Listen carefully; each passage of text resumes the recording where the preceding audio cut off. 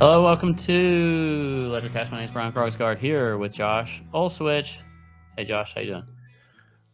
Brian, good to be with you on this hot Friday. It's good to be with you as well. We are here.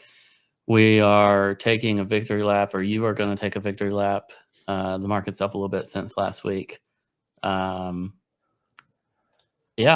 well done. Well done. I feel like our show titles, if you just did nothing but look at our show titles, it would be a pretty good guidance. Not that Not it's investment financial advice, advice. obviously.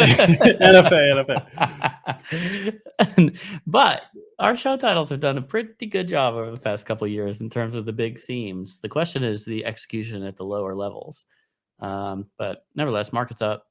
The lower bottoms equal highs played out, and we had a push from you're on ETH. If you bought 1250, went all the way to 1650 or so.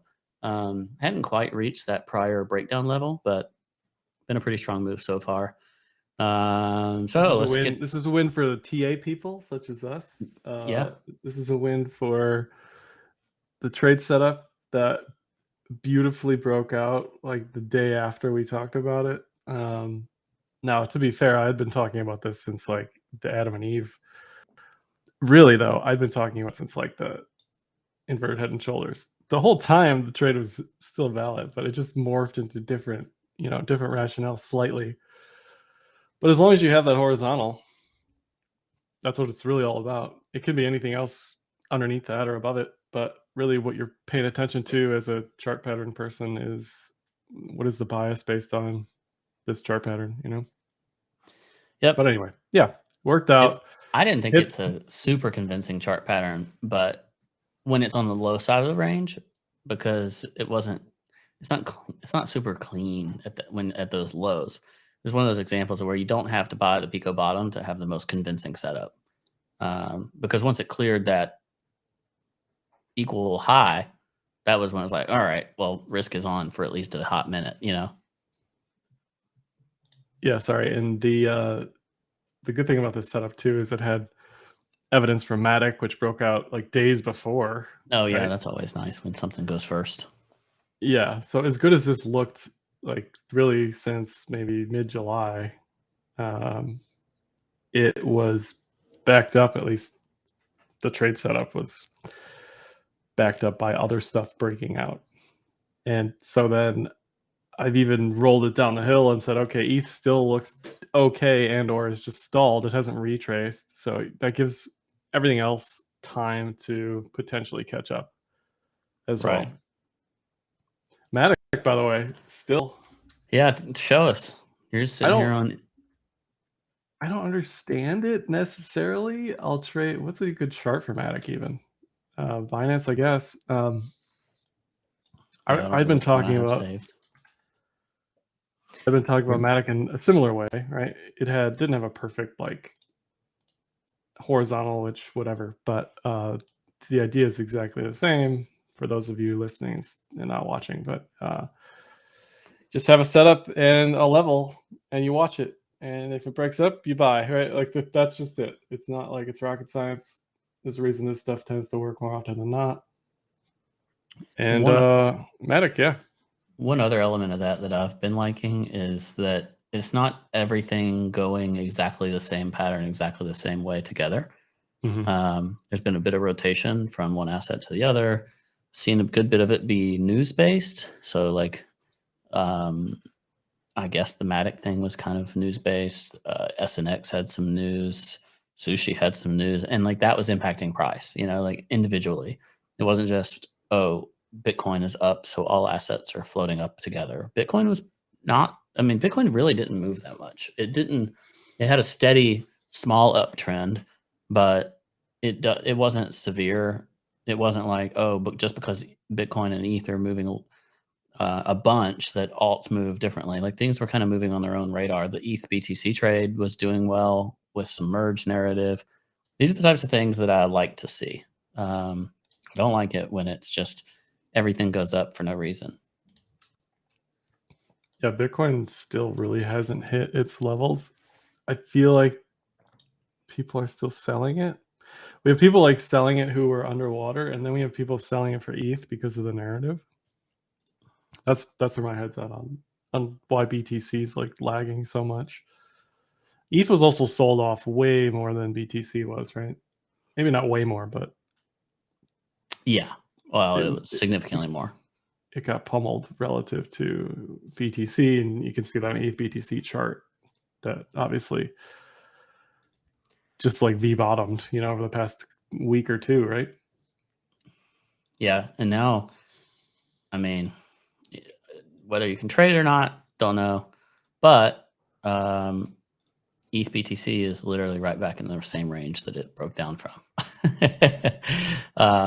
So if you were trying to say that was some kind of ascending triangle or something with a failed breakup and a failed breakdown and then a sideways and then a full breakdown and now back into the range, like this chart is now, you always talked about it being useless, but now I find it very useless. I mean, I was going to say, I've talked about it before, and that was my thought as well. It's so hard to trade that chart. So hard to trade because it's just all over the place. Yeah, I think you could at this point say that the last year is basically a random walk. Like there's been small daily trends, several of them, but on the whole, ETH BTC, if you just bought it every day, you would have gotten the same price it is today for almost a year, over a year. Hadn't had a strong trend upwards since May 2021. Yeah, it's just it was an ascending triangle. It was an inevitable top. It was so many things, and yeah, I don't like that chart to trade because it's just so hard. I'd rather trade the USD pairs than trade that chart directly. Yeah. All right. So you're looking at the market today. What's our thought? I mean, there's still plenty of upward mean reversion potential in Bitcoin, in my opinion. If you're just, well, not in my opinion, according to the chart, 200-day moving average is at 35K. The 200 week, we're right at. So honestly, if I have to have a top watch, that's it for me. Does Bitcoin get a thrust if it can reclaim that 200 week? My gut would be that yes, it could, and it could also very easily just retest it a week, 3 weeks, 5 weeks from now. The scenario where you end up with, that kind of move and then determine what's next, very, very likely, which gives upside. I think upside's as high as 30K. We've talked about that before. But that would be a breach of that, and then what is my lean. We'll see on Sunday. My guess is it'll close almost right where we are right now, just because that's basically the 200 week. Expecting a fight around it, expecting some volatility around it. If it breaks up, I think we'll retest it. If it breaks down, it could be quite bad. And so I'd like to see it. I'd like to see it hold it on weekly, and then see what happens on the lower time frames relative to that level. But what other long or high time frame levels are you peeping at? Well, I guess like if we're trying to determine if this is a bottom, like in retrospect, in 6 months from now, we could say, okay, yeah, that was the price low. But I still think it's too early to call like this being the bottom. Yeah. Safely, yes, we're not making lows. Yes, we had a reversal pattern that worked out, right? We're checking the right boxes. We're on our way to making that decision more definitive, but I think it's still super early to say like, yeah, we're safe, for some sort of reversal. I don't think we're going to see all-time highs this year, in my opinion, but I do like 30K by end of year. I think that's a safe quote unquote call. But like high time frame cloud wise, this is something that I'm getting excited for on I don't know why TradingView did this on BTC and ETH. Is this edge to edge move to BTC? It would be 33, but this is a once a quarter trade. I talk about these when they happen, but we've had a couple instances of them, and we're setting up for that same thing. So I'm gonna not look past anything but this trade setup until it happens and as it happens. I'm not going to think about like macro being a disaster and recession probably coming. If the trade setup is there, I'm going to have stops. I'm going to take it, and it's that's that. Like I'm not going to let the stuff that's going on around me prevent me from taking that trade, you know? Man, when we get the recession probably coming thing, I always just think like, how deep are we into the recession already then? I just don't I don't buy that narrative that the recession is near, therefore I will do something now to prepare. I feel like you've probably already missed a significant amount of the move um, in that scenario. That's fair. But do we expect to be bullish in a recession? No, I'm not. But that's not to say like the thrust of the move probably happened. Not necessarily the bottom, but I think just assuming I'm going to sell now and I'm not going to sweat that I sold the bottom is unlikely. Yeah, I mean, there's And I, shorting, there's cash, and there's long, right? Like, I don't yeah, think a and I think short is appropriate here. right, and I think that's Cash, probably where we are now, right? Like people got so down in the dumps about how everything was miserable and terrible and going to go down forever that they could have sold the bottom, and now they're sweating it because a pump, even in the midst of a downturn or bear market or a recession, whatever you want to call it, is still very possible and happens frequently. And now it's a matter of like how far can that go to make those folks sweat. yeah, that's Setting fair. expectations wise, that's it's not exactly like asking for the moon. You know, it's like, can we go from 17.5 to 29? That's a 60% up move, which is very possible even in a bear market when your total upside, total downside are, 5 to 10x and minus 85%. Like some mean reversion, 50% retracement of that, totally, totally reasonable. And still the dynamics of the primary market not change. Right. It would not be a trend trade. It would be a very specific entry, exit, and then that's it. Like, if it keeps going, great, but not. You have to listen to macro to some extent to give you that heads up on directionality a little bit. Somebody in the chat asked me to explain this cloud setup a little bit. So I'm going to rewind to 2018, 2019. These are called edge-to-edge trades. If you zoom away out on the cloud, this is the daily, but if you look on the weekly, look on any time frame you want. It doesn't really matter.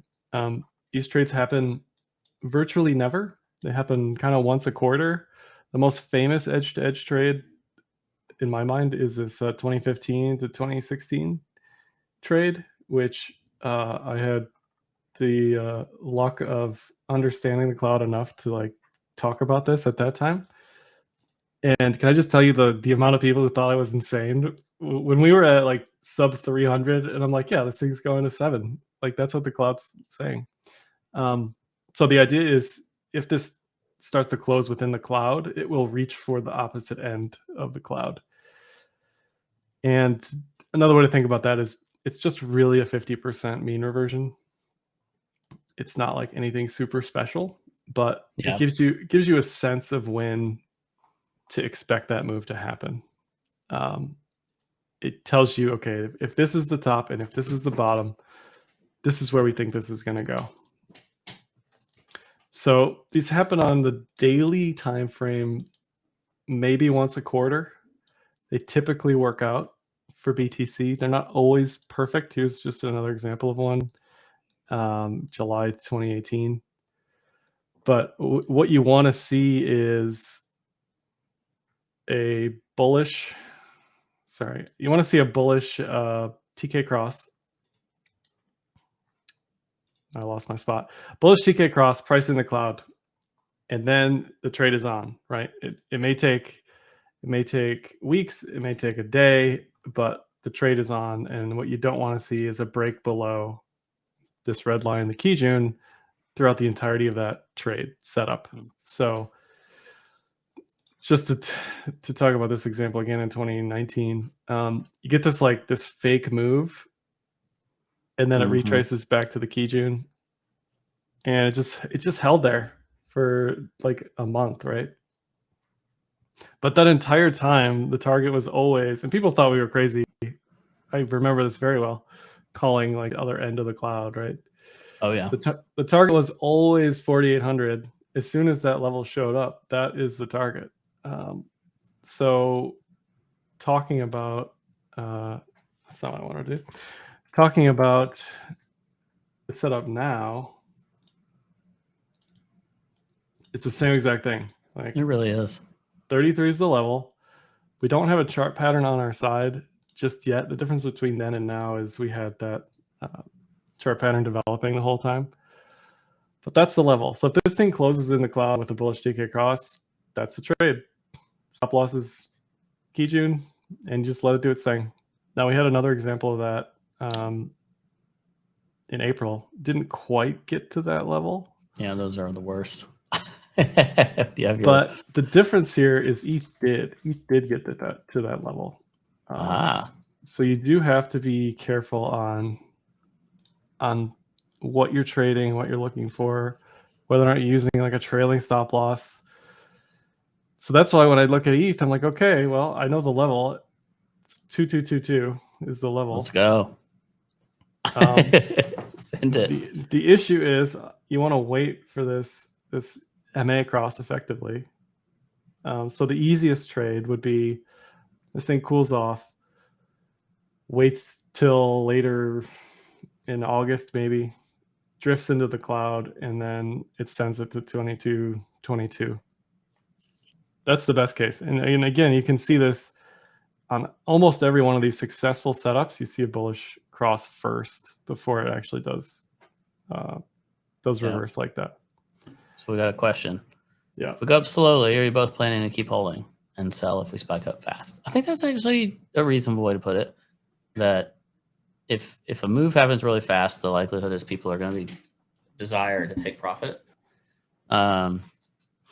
But yeah, you look for a steady uptrend, and then if you're doing trend following, you would just kind of obey the trend indicator itself, right? So if you're following along as the Tinkin moves up, or if you're a 20-day moving average, a fast moving average like that. And then if you're risk off and looking to buy dips but maintain the primary trend, you might buy the slower moving average, like the Kijun in this example, assuming the price gets above it. Yeah. Another thing you could look at is like the 12-hour version of this is instead of an edge to edge, you're just looking for vanilla cloud stuff. So you're looking for a price over the cloud, bullish Kumo twist, bullish TK cross. For some people, this is easier to like think about, but it's really the same setup as the daily. It's just the daily gives you the level. So if anything, you could use the daily to get the level, go to the 12-hour for like the exact checklist, what you're looking for here. And that's it, right? Like ideally, this goes back to 1350, gives you a way better entry, and Bob's your uncle, boom, you're off to the races, right? Because like if you long this here, the stop loss is all the way down here at 13, whatever the Kijun is, right? That's just it's a messier, it's a worse version of the same trade, right? Ideally, you want to take like a stop loss maybe below 1250 with an entry around 1350. I don't know, just like spitballing the setup, but that's what you're looking for. So I think we will see that hopefully after FOMC next week, because I'm thinking like FOMC, everybody gets bearish, sells off, right? Up. Even though they know exactly what's coming, like every time, you know. What is the consensus? 75 basis point hike? I think it is. I don't think there was at one point there was some pretty high chance of 100, but I don't think we're there. I think the market priced that out a bit. So, all right, we're off the lows, not exactly in a positive trend, kind of in no man's land at this point. So I guess if you were trying to enter, you'd be looking for a dip to be able to do so. To me, this feels like no man's land because my target on the previous trade was hit. I'm not positioned for higher. If it goes higher, I'm not going to chase it. Like that's where my head's at. Yeah. Makes sense. And there's a place where you can re-enter the trade with more confidence, depending on your system and levels and all that. Blah, blah, blah. I'm still holding spot of several things, but I'm not any longer in a margin position. I was temporarily. Finally had a winning trade. All right. Well, what else is on your mind, Josh? I don't even know what to talk about today. Well, I don't know if we want to talk about Elon in detail, but oh yeah, Tesla sold 75% of their Bitcoin position. Yeah, so they sold a bunch of BTC. Keyword being sold. Market. Yeah, they sold it at like 29 or 30K. They were the breakdown from 30K that then caused 3 Arrows to get liquidated and then moved it to 20. So you can blame Elon Musk for Bitcoin going below 20K. That's how I'm going to phrase it. And what was interesting is temporarily people sold because they were like, ooh, Tesla sold, I guess. Just news flow. But it made no sense because they were already done selling. Now, I could understand the price going down if Tesla was like, hey, we're going to sell our Bitcoin. We haven't yet, but we're definitely going to. Then obviously it would go down. But the fact that the market had absorbed 75% of their position weeks prior was silly. And then the market retraced because they said they weren't opposed to owning more Bitcoin in the future. There was a lot of chatter on the internet about the Bitcoin sale basically shoring up their balance sheet and making them look cash positive on the quarter when they weren't. Like it's the thing, the 900 million made up for like a $850 million cash shortfall or something like that. So there was a lot of questions about that. I don't really know, don't really care. Just know that it caused volatility, but it quickly retraced. Then the other news, as Rod says in the chat, this Coinbase securities drama thing, that's worth covering. The former Coinbase employee, former because he got fired, was charged with insider trading. This was something that we all saw many times where people were buying tokens that then got listed on Coinbase. But it was a Coinbase employee that was simultaneously like one of the people writing blog posts about their asset listing framework. And then on the back end, the one that got charged with this insider trading thing. There's potentially a backdoor by the SEC trying to declare those assets as securities. Not sure what the result of that's going to be, but that's something to watch for sure. And a lot of lawyery people, Jake Stravinsky and others, were criticizing the SEC for the way they approached that. Because it looks like they're trying to backdoor it. They didn't prosecute the assets. They just prosecuted this individual, but then called the assets securities. So it's like they didn't go after the assets, the projects, didn't go after Coinbase. They just went after this person and said, oh, by the way, you were trading securities, but they've not informed anyone else of that. So very strange behavior by the SEC. Not really sure what to make of that. Do you have any thoughts? Yeah, it seems a bit loose from them.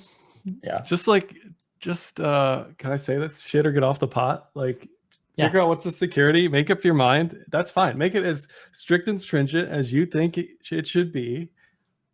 And everybody's clear, right? Like, I think most of us have a pretty good idea in our head, even though we're not lawyers, what a security is and is not.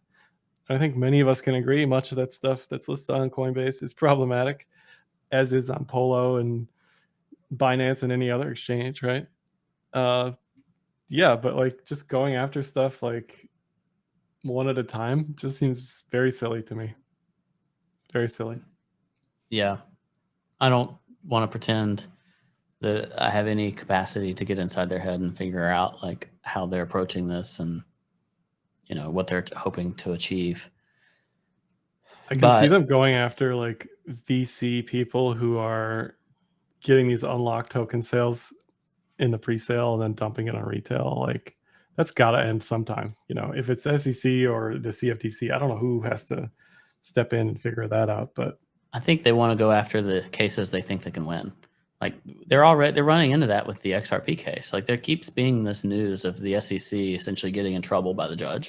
And I'm not digging in enough to know what's what, but seems like they're not having the easy time with the XRP case that they thought that they would. They wouldn't have brought that case unless they thought they could win. But if they lose that, it's going to look really terrible for them and probably give a leg up in terms of case law for all these other projects that they may try to sue in the future. So, yeah, I think they're just kind of trying to go after the easiest stuff to prevent behavior that they seem to believe is bad behavior in terms of how all that shakes and out. there's just so much. know. There's just so much that could potentially fit in that framework. Yeah. Virtually, you know, when Gary goes on wherever and says, Gensler, and says he thinks all these are securities, it's like, okay, well, let's see the rules, right? Like, you know, Show me. Yeah, I mean, I think most of us are fine with that. The exchanges wouldn't be fine with that, obviously, but yeah, I don't know. It's just My it's weird. frustration is when there's so many pieces of low hanging fruit that they can go after that they throw this like broad but vague blanket on the entire industry. I find that quite frustrating. But there's plenty of scammers that they can go after. Honestly, I don't even mind them going after this Coinbase employee. I don't think they did very good at all. Simultaneously, I don't know that Coinbase did a very good job in the whole thing. Well, it's just so egregious and obvious for years and years and years. You'd see these spikes on Polo. And then Coinbase was like, oh, we were so surprised. It's like, did you look at the charts of anything that you listed? Like they were all moving ahead of time. Yeah, I don't know. I'm just over it. You know, I'm over seeing going on these exchanges and seeing all this junk that is just clearly never going to amount to anything. It's just there to get fees for them. Yeah, I don't know. I'm just over it. Kendall in the chat said that XRP attorneys are Chad.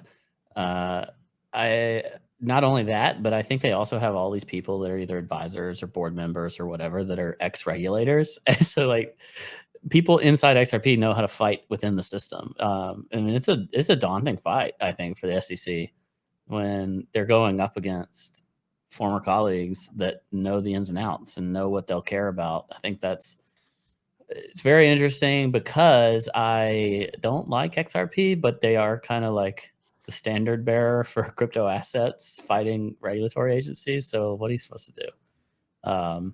You're supposed to root for them. We kind of want them to win, yeah, but they're XRP, so I don't want them to win. Yeah, I want them to win because I would rather the SEC approach things differently. And then if they lose the case, then perhaps they can like provide better guidance. What I really want is for a company to be able to be from the US and feel like they can do things within the crypto ecosystem without like walking on eggshells. What I don't like is that you just don't know what you can and can't do, don't know what's right or not right, because they offer no good framework. And there's evidence of other countries that are really starting to offer more thorough and powerful frameworks for crypto to work within. And the US is just sacrificing the evolution of technology and an asset class that essentially is running from America because like it's too scary to do business here. That's what I don't like. I think it's crappy for the US itself. But yeah, that's fair. But at the same time, like, does everybody need a token for every single project that they release, right? Like, no, I'm not saying they do. I'm just there. You can also look at it and say like, all right, well, something is different about this space, you know, like it's not the same. Like this protocol level revenue is different than shareholder revenue. You know, it's different. It's because individuals can participate that don't own an equity share in a company, and they have rights to certain revenue if the SEC creates a framework for that to occur. So earning rewards for participating in the ecosystem doesn't require you necessarily to be a shareholder. So it's this kind of democracy around the revenue distribution without being a shareholder. And that's the novel component to me that the SEC is not helping protocols figure out. And so what the SEC is saying, well, screw them. Don't give them any benefits for participating in a protocol. Don't give them any opportunity to do anything novel or interesting for regular users, because look at our 40-year-old rules that like the internet didn't even exist when this occurred, and I just feel like we could approach it a little smarter. Yeah, I mean, I like that with ICOs, a retail investor could get into projects. Amazing, because previously that type of investing is locked behind institutional investment or accredited investment, right? I think we need to lower the accreditation criteria slightly from what it is now and go from there and adjust, as well as clamping down on some of this nonsense where you're raising this project on a dream and a white paper in a website without like having anything behind it and then calling it a utility token. Like that's just not going to fly, Yeah, I don't disagree with that at all. Right now, we're not getting anything. We're getting vague statements from Gary Gensler saying your whole industry is a security. Well, yeah, but at the same time, like people know better. People know that like this thing is probably a security, people know better. I think there's a lot more gray area than that. Like, there's gray area, but at the same time, it's most of this stuff, it's pretty clear. And I think the gray area is how far back they can retroactively charge like Ripple or Ethereum or any of these other projects that did ICO type behavior that still exist and are still like selling tokens continuously. Yeah. I think if it's just outright, all you're doing is distributing and selling a token, it's different. But there's protocols that you interface with and interact with, and you put money on the line with for providing liquidity or something, and the ability for the protocol to offer you rewards for doing so. Like there should be more openness around that. We should just have more discussion around what's reasonable, what's possible, what requires regulation and what doesn't. And a lot of what they're putting out there is silly. Like there's, a lot of these rules floating around about, well, you need to know the social security number of every crypto wallet that you interact with so that you can report them like your counterparty. And that's insane. Yeah, they don't want digital cash, They don't want a digital environment where cash behaves anonymously, basically, right? Not every dollar bill is KYC'd. Not every change transaction you're making is KYC'd. That's just silly. Blovium in the chat said, "Our Bored Apes is security," and Forza responded, "No, it's a JPEG." Case closed. I like that. Can't be a security because it's JPEG, clearly. Wasn't there? I saw something about the fractional NFTs like dying off. Yeah, I think those are risky at being. Those are more at risk of being securities in my mind. But I don't know. Like we need. Yeah, I mean, I'm not a lawyer, right? I just know what I see from other people talking. Okay, so yeah, fractionalization seems like it's a problem.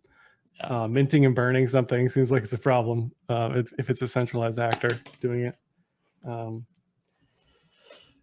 So yeah, we sort of know some things, but I agree there's a gray area. I agree they could be way more clear. They could help. They could be collaborative and not just like crapping on everything, but very vaguely. Like that's not helpful. Yeah. There are things that I would like to do within my business and my company that have nothing to do with token. It's more like how do we enable the user to interface with assets that people could buy or sell or whatever on our platform. You know what I mean? Like they could help us. And that has nothing to do with a token or not. But nevertheless, just allow that to be my dissatisfaction with U.S. regulators. Speaking of Ripple, though, Jed McCaleb, previous Ripple, I don't know, creator, CEO, co-founder. I don't even know what to call him anymore. Rotator. He's fully out of all of his Ripple that he got from a previous legal case against Ripple the company, not Ripple the token. Right. I mean, he was selling. We say that too. He was selling it more than Bezos was selling Amazon. It's just every week selling tokens. That guy, I mean, he had XRP, Stellar, and other projects. Steam. Is he? I don't even know if he's still attached to Stella. He might be. I haven't followed that in a while, but Probably not. For those who Start, don't know as get well, your token allocation, leave. for those who don't know, also behind Mt. Gox, Golly. the creator, co-founder, not in a bad way. It's just like this guy's been like behind Attached to so much everything. stuff. Yeah. Just kind of interesting. Can we Not talk look at about the Ripple dollar Strike. and then call it a day? Yeah, sure. I got it on the daily chart at least. The dollar parabola, you could say it's broken. I don't know. Definitely the most at risk that I've seen it. This looks like an asset that just wants to chill for a while to me. It went way up all the way to 109.60. It's off to 106.47 today. First down week in quite a while. Higher high with lower momentum. I realize there's tons of fundamentals that play into this, but when I look at a chart, and a chart is a chart, this looks like something that's not ready to go up super fast, which should give breathing room to all markets. Yay? Nay? I mean, sure. What I was going to say is are the conditions that got us here any different than they were before they got us here, right? Like the euro issues, has any of that changed? They finally started hiking in Europe. 0.5%, right? Yep. ECB. They're not, on a relative basis, they're still going too slow, but it's better than easing. So I don't know all of the macro concerns and conditions that got us here, but a lot of it is energy related too, right? Mm-hmm. I don't know if that's any better for them over there. Yeah, there's a lot of talk about European air conditioning. I don't mean to say it lightly. It kind of depends on the euro, right? Like, because the euro is most of the Dixie, 62%. Yeah, and the euro is basically sitting at parity. So if you want to go to Europe, you can go pretty affordably, 20% cheaper than it used to be. Yeah, I mean this chart. It looks like a that looks crypto capitulatory. It looks like a crypto parabola is what it looks like. We're talking about Bitcoin being down. I keep hearing these podcasts where people are talking about the volatility of crypto. I'm like, one, half the tech stocks in the world went down as much or more than Bitcoin. Two, currencies are moving 20 and 30%. Like, of course, Bitcoin moved 50 or 60. Like, obviously. Freaking some of these tech stocks went down 95%. I saw Ukraine devalued their currency 25% this week. Yeah, not surprised. That's what wars will do. Always interesting to just think like, oh, we can do that as a currency, as an aside. But yeah, this is crazy, right? Craziness. Yeah. So I guess if you think the euro bottomed, I don't know. It's just Dixie's at least some kind of top. If you think stocks don't have imminent downside, and maybe we have opportunity to move a little further in crypto. It's just bear market retrace so far on the S&P. Nothing to write home about. But I could imagine months of sideways from here. Does not have to be straight up, does not have to be straight down. Traders delight. Stock pickers have fun. Ideally, we do have 3 months of nothing.